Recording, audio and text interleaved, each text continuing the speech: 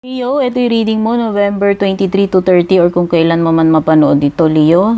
Timeless reading din naman ito. Sun, Moon, Rising, Venus, Signs, or Cross Watchers. Maraming salamat sa patuloy na panonood nyo ng mga readings ko. Thankful and grateful ako at malaking tulong po yung mga lectures and comments ninyo. Pagdating sa mga interesado sa private readings ko, basahin nyo na lang yung mga nakasulat sa description or panoorin nyo hanggang dulo.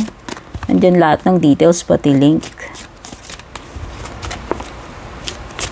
Mag-ingat kayo sa mga fake na gumagaya ng page ko, guys, ha. Hindi ako mag-PPM sa inyo. Pag may nag-PM sa inyo, nag-add friend, nag-offer na kung ano-ano, nangihingi ng kung ano-ano, hindi ako yun. Impostor yun, fake. Paki-report, okay? Meron kang torch. Kaliwanagan to, oh. O kung meron mang issue dyan, meron mang something na gusto mo ng answer, confirmation, ito na yun. Awareness, pwedeng mahihimasmasan ka, may realization, or may matutuklasan, pero pwedeng spiritual level up ito. Kasi meron no, na ma-enlighten ikaw man or kung sino man sa paligid mo na mahihimasmasan or ma-enlighten about something. May dealings or relationship with a person. O, hindi ko nalalagyan ng gender, kahit na ano ng gender to. Open sa lahat ng gender, basta may light hair dito. Pwedeng may uba, nagpakulay. Oh.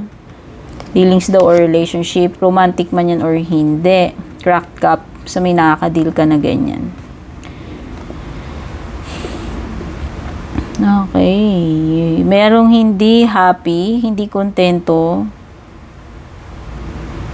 Hindi kayo makukontento o itong person mo na nakaka-deal. Hindi ko alam eh. Cracked up po, pwedeng may breakup dito. Baka iba sa inyo maka-experience kayo ng breakup or separation. Pagiging disappointed, dissatisfied. Sabi ko nga, hindi kontento, hindi masaya. Ayan. Ma-overcome mo yung mga problema mo. Kung meron mang problema itong week na to, 23 to 30, bago matapos ang buwan. Okay? Ma-overcome mo naman yan, Leo. At least ito ay good news. Ayan, may papasok sa buhay mo. Baka ito. Etong person na to, na pwedeng light yung hair niya or may uban. May mag-occupy ng space dito or position, no, sa buhay mo. Ano man ito? Siguro kung sino man tong bagong taong papasok sa buhay mo, may magiging importante yung role niya sa buhay mo, kung sino man yan. Meron siyang something na pupunan sa'yo sa buhay mo. Or baka naman naghahanap kayo dito ng employee. Mag-feel ng position, okay? Basta merong someone papasok sa buhay mo. Ako, pay attention sa health mo, Leo. Diyos ko, ako nakakita nito. Alam naman natin, check up, pumunta sa doktor, ha. Mas magastos pag hindi nagpapa-check up. Take note. Delikado rin. Hindi lang yun, hindi lang yung gastos. Importante yung health. Importante ang health natin kaysa sa pera. Pero kasi syempre, pag nagkasakit tayo, gastos yun. Kaya ako binabanggit yun. Ang mahal na ng medical ngayon. Paano natin ma-prevent, matsugi, magkasakit ng malala? Pa-check up regular. Mas makakatipid ka kaysa hindi ka nagpapa-check. At mas may liligtas mo pa yung sarili mo, buhay mo pag ikaw ay healthy. Alam mo kumbaga updated ka, lagi ka nagpapa-check up. So, mag-ingat about health. Butterfly, ito ay magandang pagbabago darating sa iyo itong November 23 to 30. Ayan. Magiging better na yung mga bagay-bagay. Improvement, okay? Pagbabago, magandang pagbabago or improvement sa sitwasyon mo or sa sarili mo. Kung nagta-transform ka dito, meron mang something na magandang transformation pa sa sayo, sa personal mo. Okay, career. Bagong career opportunity, ayan. Pwedeng iba dito, baka bagong position, ayan, no, nakikita ko. Baka naman kayo to, mapopromote kayo. Basta may new job or career or possible promotion or opportunity to na ma-promote. Tingnan pa natin yung love life. May hindi talaga makontento, Leo. Sino sa person yung hindi makontento? Ikaw o siya? Ayan. Dissatisfied, insatiable. Pareho yan na hindi makontento eh. Tingnan pa natin. Hindi convinced, ayan, sabihin na natin, hindi pa to ganun kakumbinsido, hindi pa siya ganun kakontento kung ikaw man yan o siya. Pwedeng energy mo yan o energy ng person mo. O kung masama niyan, hindi makontento sa isang jowa, o pinakamasaklap nun. Divine intervention. Pakikialaman na kayo ni universe. Magpapadala ng ano yan, divine intervention pagdating dito sa relationship nyo, kung may issue man kayo, may problema kayo. Ay, oo. Panic. Sobrang anxiety, sobrang pag-iisip, sobrang stressed, problematic, or may mga fears, insecurities ka ba about your person? Or meron siyang problem na ganyan. Kung meron kang person, tapos pwedeng may mga ganito. Kasi parang may divine intervention eh. Okay. I hope wala namang merong may sakit dito na asawa o jowa. Kasi parang may intervention ng divine. Meron ditong nagdurusa, nasasaktan, nahihirapan sa inyo. I hope wala namang medical condition. Kasi may binanggit din about medical. Okay, maaaring may natotorture dito, nasasaktan, nahihirapan sa inyo. Oy, may unexpected dito.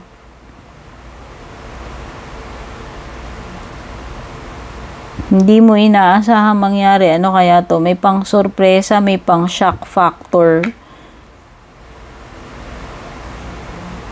Kung ano man itong mangyayari sa inyo, no? As a couple. Biglaan lang yan. So, mukhang masusurpresa ka dyan, Leo, kung ano man yan mangyayari. Hindi ko masabi kung positive or negative yan.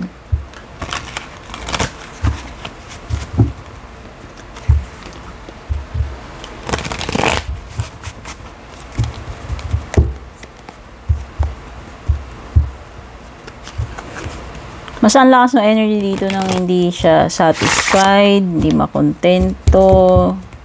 Gusto niya pa, mas malalim pa, mas more. Ayan. So, itong person na to, mahirap siyang pasayahin. Masatisfy yung craving niya. Ano pa, mahirap ma-convince kung naghihingi ng proof yan, ng paliwanag. Ang hirap niyang paliwanagan kasi pwedeng nagpaliwanag ka na pero parang hindi pa rin siya kumbinsido doon. Ganun siya. Mahirap siyang mahirap masatisfy itong kung ano man ang hinahanap na itong tao na to. Okay? Ang pinaka-nega nga lang dyan, sabi ko nga, kung hindi yan makontento sa isang partner kasi nga merong wanting more. Or pwedeng mataas yung standards niya. Expectations niya of you. Di ko alam kung sino sa inyo yan. Pero siya yung taong mahirap i-please, mahirap ma-convince, mapaniwala, masatisfy yung mga hinahanap niya. Okay?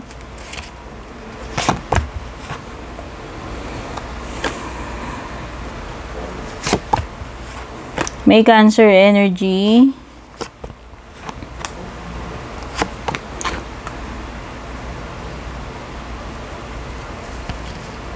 Meron talagang enlightenment dito. Lumitaw na yung torch mo. Pero lumitaw din yung Judgment card. Parang mala tower energy din yung napifeel ko dito eh. Kasi parang magugulantang ka o masusurprise ka, masyasya ka. Pero ma-awaken ka, marirealize mo yung dapat ma-realize. Excuse me naman, nadighay ako. So, wake up call na to. Panggising, pangmulat sa'yo. O baka may shake up sa buhay ninyo, sa romance man yan, sa marriage man yan, sa karelasyon mo, o kahit hindi, may wake up call. O baka may literal na phone call dito, tawag.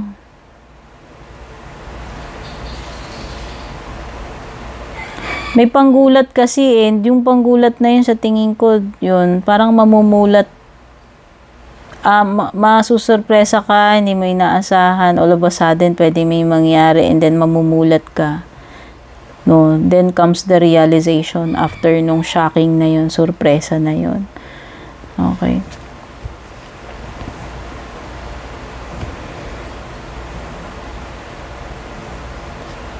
Okay, matatapos na talaga yung period ng torture dito.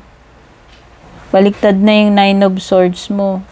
So, kung matindi yung mo, pag-iisip mo dito, dear. So, nakikita ko yung period ng pahinga. Sa sobrang stress, pag-iisip ay paparating na sa iyo. Okay?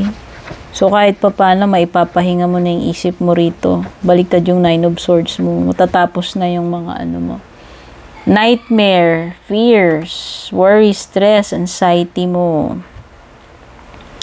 Meron something nakaput on hold dito. O, kung ano man to. Meron something na mauunsyame, mauudlot, nakapos, nakabitin, nakatenga. Nakatenga pansamantala. Okay, postponement ito o baka ma-reschedule to, pwedeng travel o ano man ito. Hindi muna magtutuloy nakikita ko Hanged Man at kombinasyon ng Hanged Man at saka Chariot. Okay, so may delay, sabihin natin, or postponement. Lakad man yan or what.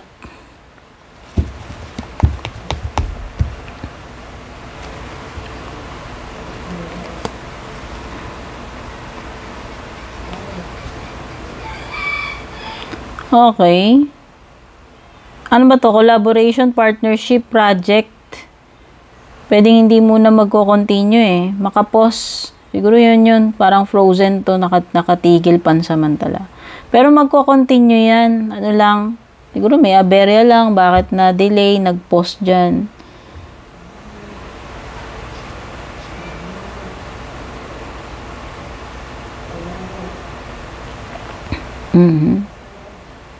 So, nakikita ko, tapos na yung period dito ng kay Leo. Sorry, Leo. Balik tayo dito sa 4 of Swords mo. So, sabi ko nga ito, tapos na yung period ng pananahimik, pagpapahinga, pagiging inactive. So, nakikita ko, back to work, back to fight. No? Back in action na uli. Mag-ingat ka about hospitalization, confinement, kasi lumitaw yung health dito. Mag-ingat about health. Nako. Kasi baka may confinement dito sa hospital. Mag-ingat. Okay? Yun na yung nakikita ko. Okay, mapapagod na yung mo dito. Period ng... Ay, mapapagod. Matatapos na. Sorry, correction. Matatapos na yung period ng sobrang stress, fears, anxiety, pag-aalala mo. Okay?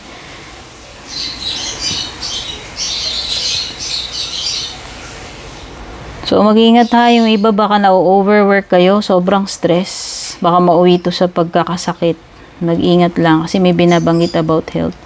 So, sobrang pag-iisip mo nito, stress, okay? Yun yung mga possible reasons. O, wag kang masyado mag-overthink. Baka masyado ka naman nagiging dito. Sobrang pag-i-imagine mo. Sobrang takot mo. Kinakain ka na ng takot mo dyan. Nagkakaroon ka na ng panic attack. Okay. Anxiety. So, nakikita ko dito, pwedeng may paggawa ng parol. Ayan, parang may project. Pagkakaabalahan kayo. So, nakikita ko tulong-tulong sa paggawa. Okay, mukhang marami kayong matatapos dito. Pwedeng parol. Or kung ano man tong project na to, pagkakaabalahan ninyo, Leo. Okay? So, yan yung mga na-pick up kong energies dito sa reading mo. Take care. God bless. Babush. And kung balak nyo pong mag-book or mag-inquire ng personal readings ko, basahin nyo lamang po itong nakasulat sa screen or yung nakalagay sa description.